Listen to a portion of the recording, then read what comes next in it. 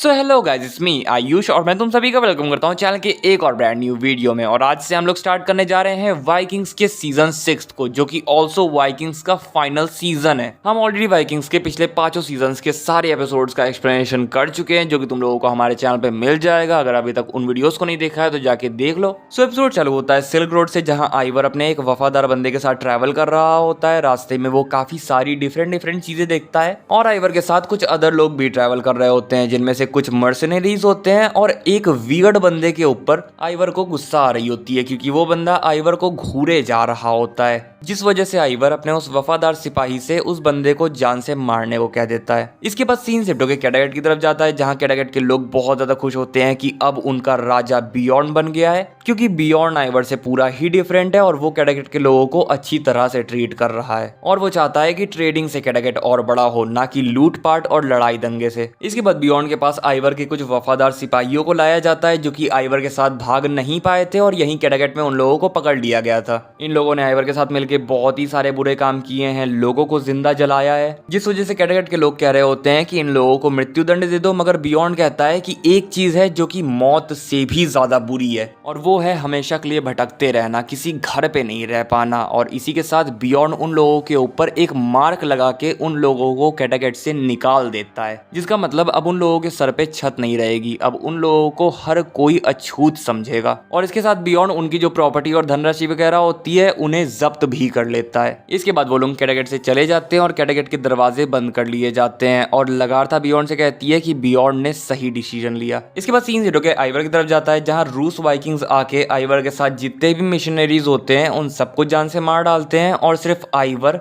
उसके वफादार बंदे और उसके वियर्ड बंदे की जान बख्शते हैं। आइवर को देख के उस रूस वाइकिंग्स टोली का लीडर आइवर के बारे में उस वियर्ड बंदे से पूछता है, और वो वियर्ड बंदा बताता है कि आइवर एक किंग है। मगर ये सुनने के बाद उस रूस वाइकिंग्स टोली का लीडर हंसने लगता है, क्योंकि आइवर एक लंगड़ा होता है और आखिर एक लंगड़ा एक किंग कैसे हो सकता है। मगर फिर भी वो बंदा आइवर और आइवर के सिपाही को अपने साथ कीव ले जाने का फैसला करता है। कीव इन रूस वाइकिंग्स की कैपिटल सिटी का नाम है और इसका रूलर है प्रिंस ओलैग, जो कि एक प्रॉफिट है। पहले ये रूस वाइकिंग्स बाकी के वाइकिंग्स की ही तरह थे, मगर फिर बाद में जाके इन्होंने अपने रिलीजन को चेंज कर लिया और अब ये लोग क्रिश्चियंस हैं। अब इसके बाद वो लोग आइवर और उसके वफादार सिपाही को अपने साथ ले जाने लगते हैं और वो लोग कीव आ जाते हैं। कीव आने के बाद वो लोग आइवर को प्रिंस ओलैग के पास लाते हैं, जिसका भाई फर्स्ट अपीयरेंस तगड़ा वाला है। प्रिंस ओलैग नोटिस करते हैं कि आइवर चल नहीं सकता और आइवर प्रिंस ओलैग को बताता है कि वो जन्म से ही लंगड़ा है। फिर प्रिंस ओलैग अपने आप को आइवर से इंट्रोड्यूस करते हैं, बताते हैं कि वो रूस वाइकिंग्स के राजा हैं। और फिर आइवर अपने आप को इंट्रोड्यूस करते हुए बताता है कि वो है आइवर द बोनलेस।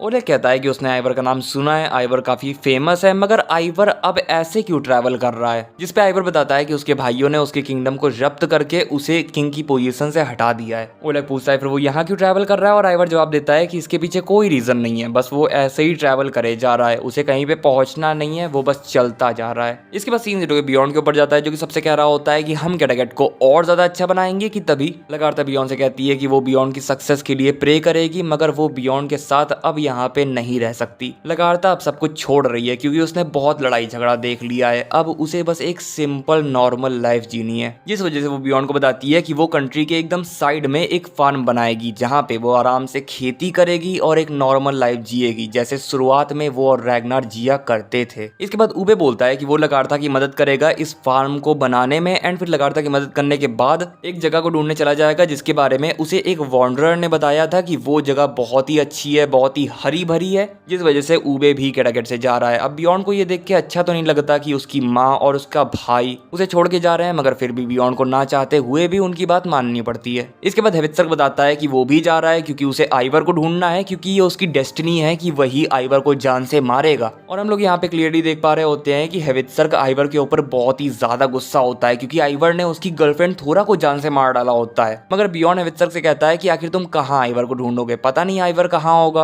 अगर भगवान ने कभी चाहा तो तुम आइवर को जान से मार दोगे, मगर फिलहाल के लिए तुम्हें कैडागेट में ही रुकना चाहिए। और फिर हेवित्सर्क मान जाता है कैडागेट में रुकने के लिए। इसके बाद सीन शुरू होता है, हम देखते हैं आइवर के उस वफादार बंदे की जुबान से आइवर के बारे में सच निकालने के लिए उसे टॉर्चर करने की तैयारी हो रही होती है, क्योंकि ओलेग को विश्वास नहीं हो रहा होता है कि आइवर के पास कोई रीजन ही नहीं है यहाँ पे आने का। इसके बाद सीन 0 के बियॉन्ड के ऊपर जाता है जो कि गुनहिल्ड से कहता है कि बियॉन्ड को गुनहिल्ड की जरूरत है और गुनहिल्ड जवाब देती है कि वो बियॉन्ड के साथ ही रहेगी क्योंकि वो बियॉन्ड से प्यार करती है। इसके बाद सीन सेट होता है, हम देखते हैं ओलेग आइवर के उस वफादार बंदे को टॉर्चर कर रहा होता है, मगर वो बंदा सिर्फ यही बता रहा होता है कि आइवर एक किंग है जो कि अपने भाइयों से हार गया है जिस वजह से वो ट्रैवल कर रहा है, कोई रीजन नहीं है यहाँ आने का। मगर ओलेग फिर भी नहीं मानता, उस बंदे से और इन्फॉर्मेशन निकालने की कोशिश करने लगता है, जिसके बाद आइवर का वो वफादार बंदा बताता है कि आइवर एक गॉड भी है। जो सुनने के बाद ओलेग उसके ऊपर हंसने लगता है और फिर उससे और आइवर को अपने साथ लेके एक बर्फीली जगह पे आते हैं और आइवर के उस वफादार को बांध के उसे टॉर्चर करने लगते हैं। आइवर पूछता है ये सब क्यों कर रहे हो और ओलेग बोलता है कि क्योंकि तुम्हारा ये जो वफादार है ये हमें बता नहीं रहा है कि आखिरकार क्यों तुम यहाँ पे आए हो। आइवर बोलता है कोई रीजन नहीं है मेरे यहाँ आने का, मगर ओलेग जवाब देता है कि नहीं नहीं नहीं, हर चीज के पीछे कोई ना कोई रीजन जरूर होता है। और इसके बाद वो आइवर के वफादार का इतनी जोर से हाथ खींचता है कि उसका हाथ उखड़ जाता है। इसके बाद सीन सेट होता है, लगारथा, ऊबे, टोरवी और टोरवी के बच्चे उस जगह आ गए होते हैं जिस जगह पे लगारथा अपना फार्म बनाएगी और इस जगह को देख के लगारथा को अपना पास्ट याद आ जाता है जब वो अपनी फैमिली के साथ हैप्पीली जिया करती थी। टोरवी के बच्चे लगारथा से पूछते हैं कि क्या लगारथा अकेला फील नहीं करेगी यहाँ पे, मगर लगारथा जवाब देती है कि नहीं, वो अकेला यहाँ पे फील नहीं करेगी क्योंकि रैगनार का घोस्ट और बहुत सारे फ्रेंड्स के घोस्ट उसे मालूम है कि उससे मिलने आते रहेंगे। इसके बाद टोरवी लगारथा से बताती है कि वो फिर से प्रेग्नेंट है और इस बार ये बच्चा ऊबे का है। इसके बाद सीन शिफ्ट होकर कीव की तरफ जाता है जहां ओलेग आइवर को अपने साथ एक हॉट एयर बलून से बंधवाते हैं और फिर वो दोनों ही उस हॉट एयर बलून के द्वारा उड़ने लगते हैं। पहले तो आइवर को इस चीज से बहुत ही डर लग रहा होता है, ये पहली बार है कि हमने आइवर को डरते हुए देखा है, मगर जैसे ही वो लोग आसमान में होते हैं आइवर का सारा डर खत्म हो जाता है और फिर थोड़ा बहुत उड़ने के बाद वो दोनों वापस जमीन पे आ जाते हैं। इसके बाद सीन 0 के कैरेक्टर की तरफ जाता है जहां किंग हैरल्ड के कुछ बंदे आके बियॉन्ड को बताते हैं कि किंग हैरल्ड के बीमार होने की वजह से किंग ओलफ ने उन्हें बंदी बना के उनके पूरे किंगडम को जब्त कर लिया है, अपने मतलब अंडर कर लिया है। और अब किंग हैरल्ड चाहते हैं कि बियॉन्ड आके किंग हैरल्ड की मदद करे क्योंकि किंग हैरल्ड ने बियॉन्ड की मदद करी थी आइवर से लड़ने में।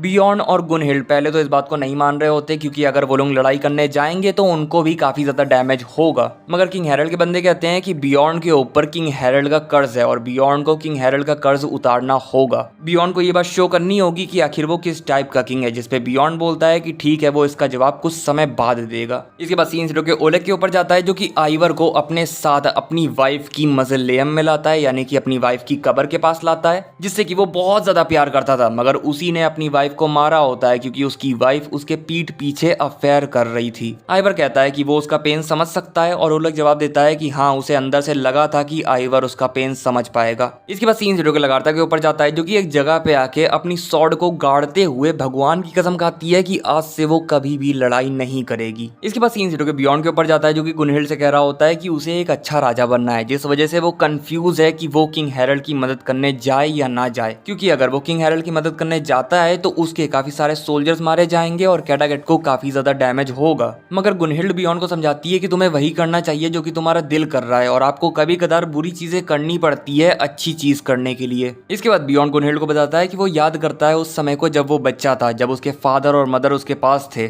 मगर अब वो बूढ़ा फील कर रहा है, वो राजा बन गया है, जिस वजह से उसकी रिस्पॉन्सिबिलिटी है कि उसे सही काम करने की पूरी कोशिश करनी है। इसके बाद सीन 0 के आइवर के ऊपर जाता है जिसके पास ओलेग आता है और बताता है कि रूस वाइकिंग्स बहुत समय से उसके ब्रदर इन लॉ किंग रूरिक के द्वारा गाइड किए गए हैं। उन्होंने हमेशा ईस्ट की तरफ ट्रेडिंग का देखा है, कॉन्क्वेस्ट का देखा है और अपने एम्पायर को और बढ़ाने का देखा है, मगर अब समय आ गया है कि वो वापस से वेस्ट की तरफ देखें। मगर ओलेग बोलते हैं कि अब समय आ गया है कि वो अपने ओरिजिनल होम कैटागेट को वापस ले लें और वो आइवर को ऑफर करते हैं कि आइवर उनकी मदद कर सकता है और आइवर जवाब देता है कि ये तो बहुत ही अच्छा प्लान है क्योंकि इससे आइवर अपने भाइयों से बदला भी ले सकता है। और इसी के साथ ये एपिसोड यहीं पर खत्म हो जाता है। सो गाइस, बस यही था वीडियो। अगर वीडियो अच्छा लगा हो तो लाइक कर देना, चैनल पे नए आए हो तो सब्सक्राइब करके बेल आइकन दबा देना। मैं मिलूंगा तुम लोगों को नेक्स्ट वीडियो में, तब तक के लिए बाय बेटा।